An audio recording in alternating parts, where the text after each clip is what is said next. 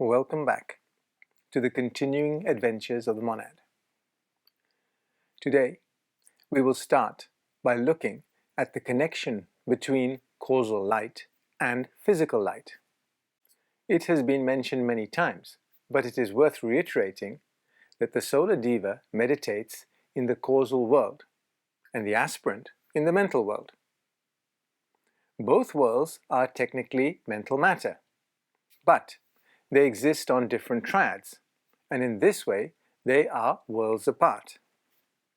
The objective of that aspirant and its Solar Deva is to synthesize their meditation into a conjoined process. How does this happen? Starting from these two different triads, a synthesis grows in the physical etheric brain of the aspirant, where a point of light develops.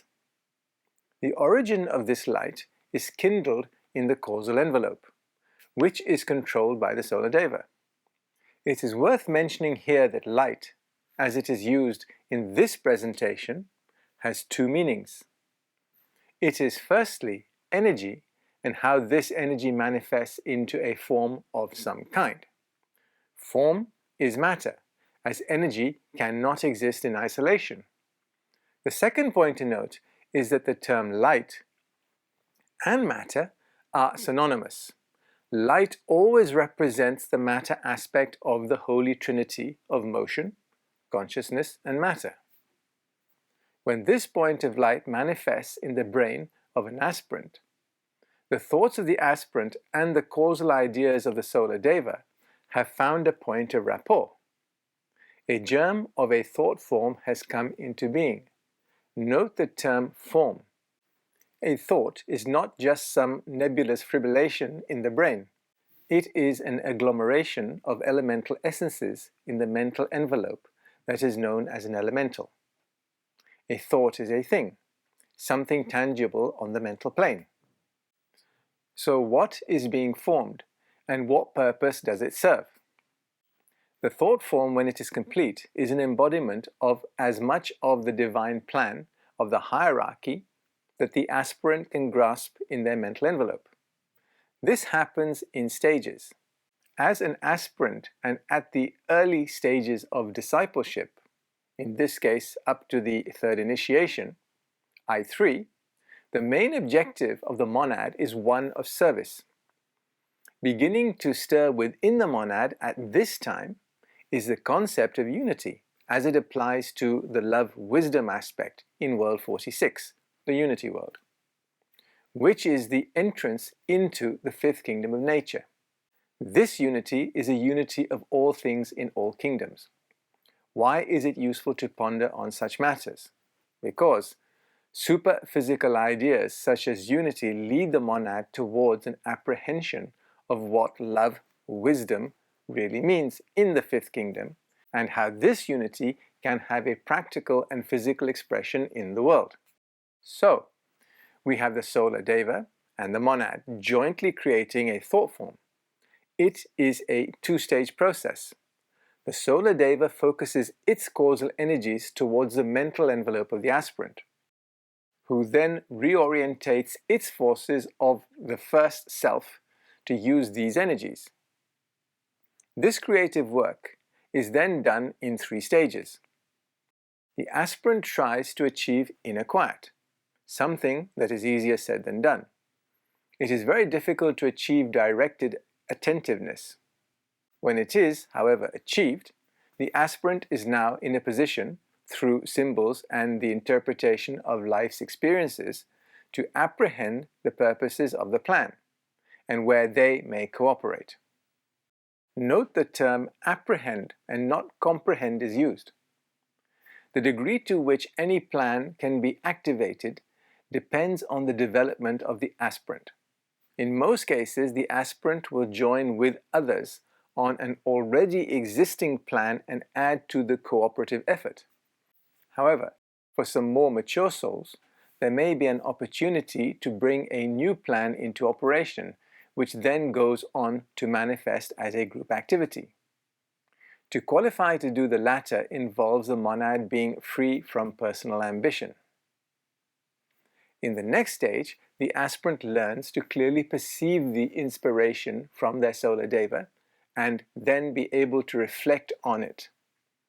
When causal ideas originate from subplanes 47.3, the term used to describe them is intuition. When it originates from the 47.2 subplane, the term used is inspiration. During this stage of the process, there is a steady stream of energies between the two centers of force, one in the solar angel and the other in the disciple. This energy travels along the Sutratma, also known as the consciousness thread. It starts from the Solar Deva, which usually dwells in world 46, and passes through the causal body of the monad, finally reaching the organic brain. In the third stage, the disciple sounds the sacred Om and unites this sound with the voice of the Solar Deva, activating mental elemental essences to build the elemental thought form. This process occurs in the physical world. This is not an easy process and is divided into 4 progressively more difficult steps. A.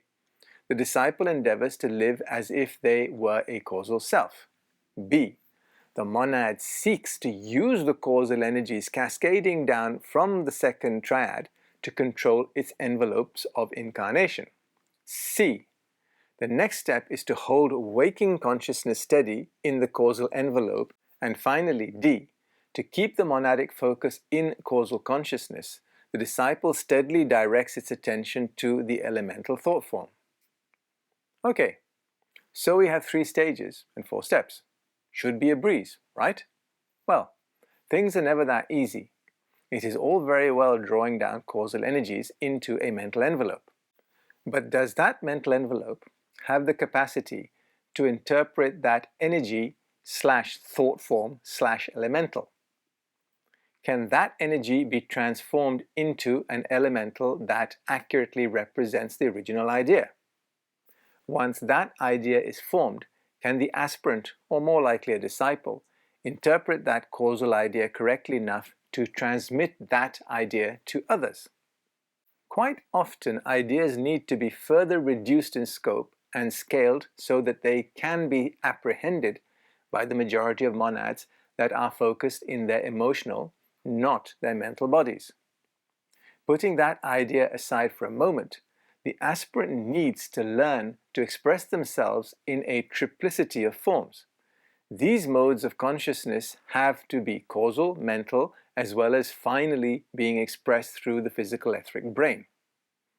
All this has to function as one unit, so that the Solar Deva can construct and express its creative powers in the 3 worlds of humanity. What is the pathway for all this to occur? We talked about the Sutratma, but when we are talking about our various envelopes chattering to one another, we cannot forget about our chakra system. The solar plexus or navel chakra must unite its energies with the energy centers of the sacral and basal chakras. These need to unite and raise themselves above our animal nature into the higher centers of the monad. This is no easy task, especially if you lust after chocolate. But there can be no fudging of this issue. Some misguided souls try and circumvent this natural process that has been steadily worked through by the monad. They do this by taking psychoactive drugs that punch holes in the etheric web and allow the person to witness events usually never higher than the emotional plane. This is not the way to connect with your Solar Deva, and will set back your evolution by many incarnations, as the damage done has to be repaired. But when done correctly, under the supervision of your Solar Deva, the united energies of the 3 animal centers of your body can be raised, even as far as the crown chakra. This, in a nutshell, is what we must all try to achieve. We are here to serve, and to do this in a manner that coincides with the divine plan for humanity and all other life streams co-evolving on this planet. We need to make contact with our Solar Deva, for it is they and not us that know the plan, and know how a small part of it is to be executed by their protege, in cooperation with others. In the next presentation, we will look at the work of the eye. What do we mean by the eye? And what does this organ do?